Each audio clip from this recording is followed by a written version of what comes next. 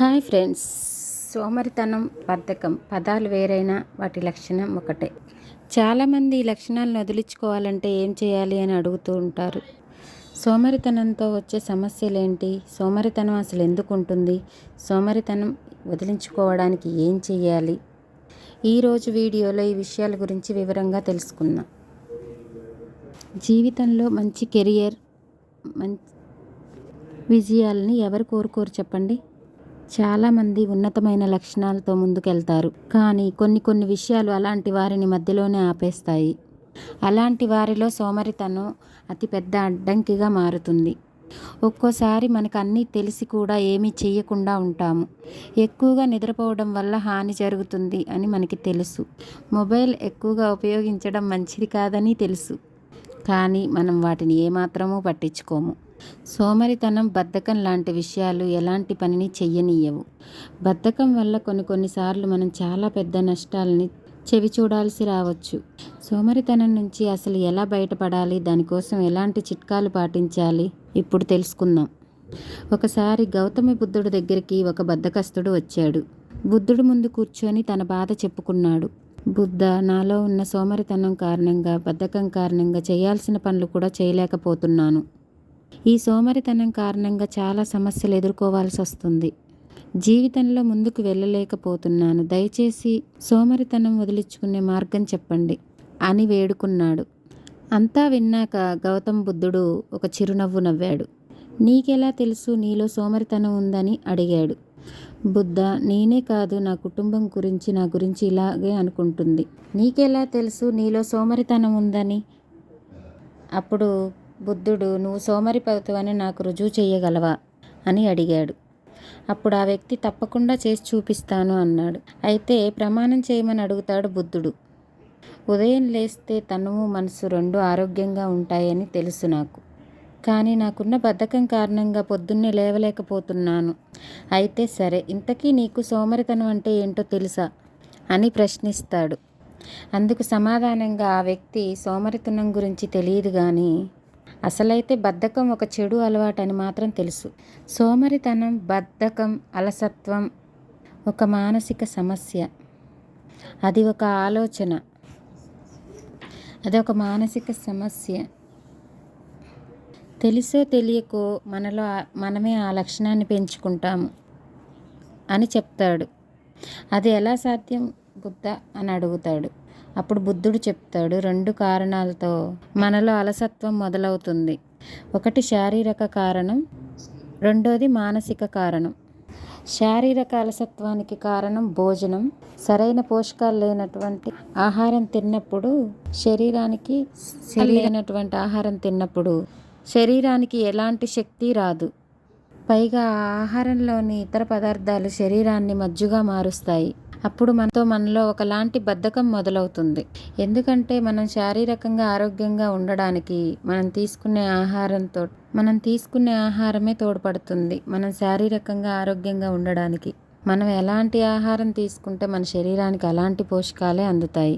అందుకే నువ్వు సోమరితనాన్ని వదిలించుకోవాలనుకుంటే పోషకాలు లేని ఆహారం మానేసి ప్రకృతి ఇచ్చే స్వచ్ఛమైన ఆహారాన్ని తిను అని బుద్ధుడు హితబోధ చేస్తాడు.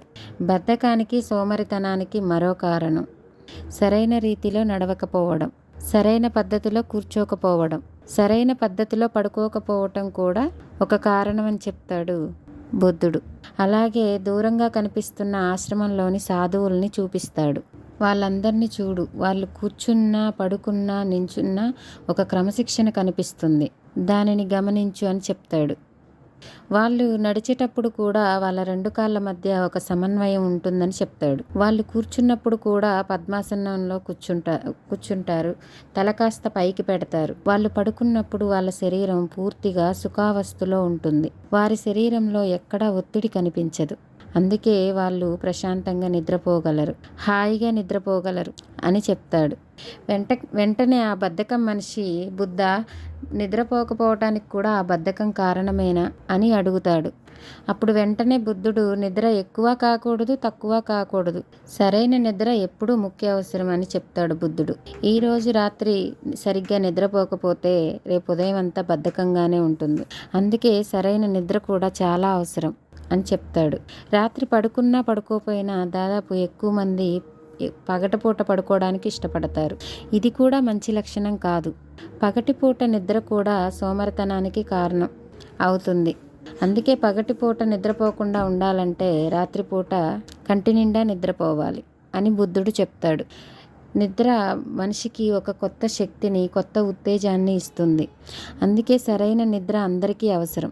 సరైన నిద్ర లేకపోతే అన్ని పనుల్లో ఆ అలసత్వం స్పష్టంగా కనిపిస్తుంది. అప్పుడు ఆ సోమరి, నిజమే బుద్ధ, ఆ అనుభవం నాకు కూడా ఎదురైంది అంటాడు.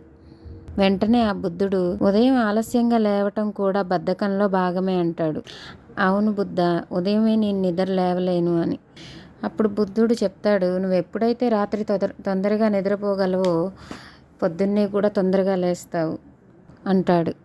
ఆశ్రమంలోని భిక్షువుల్ని చూపించి వారంతా రాత్రి సరిపడా నిద్రపోయారు.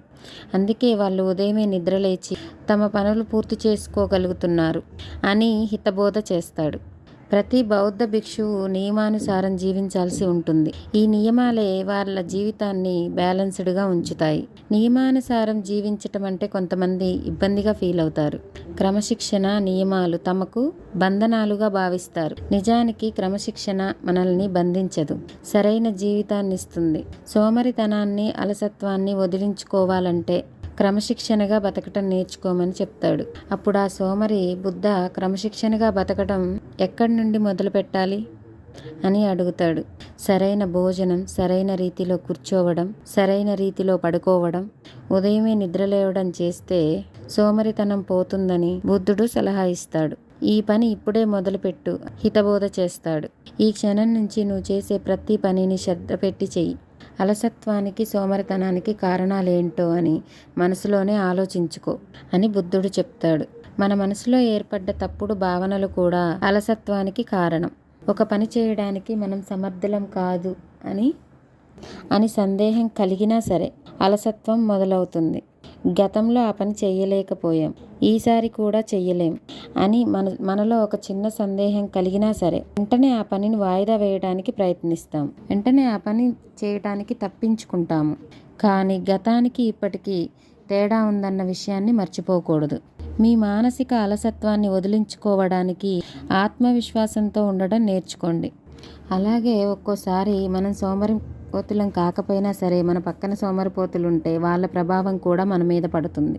వాళ్ళ కారణంగా మనం కూడా సోమరిపోతులా తయారవుతాము. ఈ మాట వినగానే ఆ సోమరి వెంటనే, నిజమే బుద్ధ, నా విషయంలో ఇలాగే జరిగింది తన స్వానుభావం చెప్తాడు. వెంటనే బుద్ధుడు ఏం చెప్తాడంటే, సోమరిపోతులతో, బద్ధకస్తులతో స్నేహాలు మానేయి. అలాగే పనుల్ని వాయిదా వేసే లక్షణం ఉన్న వాళ్ళను కూడా వదిలించుకోవాలి అని చెప్తాడు. పనులు వాయిదా వేయడం సోమరితనం లక్షణం అంటాడు. భవిష్యత్తులో ఆ లక్షణం బలంగా నాటుకుపోతుందని చెప్తాడు. ఒక మనిషి జీవితాన్ని పాడు చేయడానికి ఈ ఒక్క అవలక్షణం సరిపోతుంది. అందుకే ఈరోజు చేయాల్సిన పనిని రేపటికి వాయిదా వేయొద్దు అని చెప్తాడు. సోమరితనానికి 4వ కారణం జీవితానికి ఒక లక్ష్యం లేకపోవడం అంటాడు. ఒక ఎడారిలో చిక్కుకుపోయి దాహం వేస్తుంటే ఏం చేస్తాము అని సోమరిని ప్రశ్నిస్తాడు బుద్ధుడు. అప్పుడు అతను నీళ్ళ కోసం వెతుకుతాడు. అక్కడ నీళ్లు దొరకపోతే దగ్గరలో ఏమైనా గ్రామాలు ఉన్నాయేమో అని వెతుక్కుంటాడు. అక్కడ నీళ్లు దొరుకుతాయి కదా అంటాడు. ఇదే లక్షణం జీవితంలో కూడా ఉండాలి అంటాడు అప్పుడు బుద్ధుడు. జీవితానికి ఒక సరైన లక్షణం లేకపోతేనే ఉదయం లేవడానికి బద్ధకం వేస్తుంది అని చెప్తాడు. సోమరితనానికి 5వ కారణం లక్ష్యం లేకుండా పనిచేయటం అని బోధపరుస్తాడు బుద్ధుడు. ఉదాహరణకి, ఒక బంగారు మూట తీసుకొని ఒంటరిగా కాలినడకన ప్రయాణిస్తూ ఉన్నావు. దూరం నుంచి ఒక దొంగ రావటం గమనిస్తావు. వెంటనే అక్కడి నుంచి లేచి వెళ్ళిపోతావు కదా. నీ చేతిలో ఉన్న నగలు దొంగ చేతిలో పడకుండా ఉండడానికి ఒక తాపాత్రం మదిలో ఉన్నంతకాలం నువ్వు జాగ్రత్తగా నడుస్తావు. నీ నడకలో వేగం ఉంటుంది. ఎక్కడికైనా ఏ టైంకి వెళ్ళాలి, ఎన్నింటికి వెళ్ళాలని ఒక జాగ్రత్త ఉంటుంది. ఇవి నువ్వు జీవితంలో నేర్చుకోవాల్సిందే, ఇవి నువ్వు ఆలోచించాల్సిందే. ఇవన్నీ ఆ సోమరికి హితోపదేశం చేస్తాడు బుద్ధుడు. ఆ సోమరి వెంటనే 2 చేతులు జోడించి బుద్ధుడికి నమస్కారం చేస్తాడు. సోమరితనాన్ని ఎలా వదిలించుకోవాలో ఎందుకు వదిలించుకోవాలో బాగా తెలిసిందని చెప్పి ధన్యవాదాలు చెప్పి బుద్ధుడికి అక్కడి నుంచి బయలుదేరుతాడు. ఎప్పుడైతే నీకు ఒక పని చేయాలి, ఏ టైం చేయాలి, ఎలా చేయాలని ఒక లక్ష్యం ఉన్నప్పుడు ఆలస్యానికి ఆస్కారమే ఉండదని చివరి మాటగా చెప్తాడు బుద్ధుడు. సోమరితనం గురించి బైబిల్ కూడా చాలా గొప్పగా చెప్పింది. సోమరితనం పనిని ద్వేషిస్తుందని బైబిల్ కూడా చాలా గొప్పగా చెప్పింది. ఈ వీడియో కనుక మీకు నచ్చినట్టయితే లైక్ చేయండి, షేర్ చేయండి, కామెంట్ చేయండి, నా ఛానల్ని సబ్స్క్రైబ్ చేయండి. Thank you friends.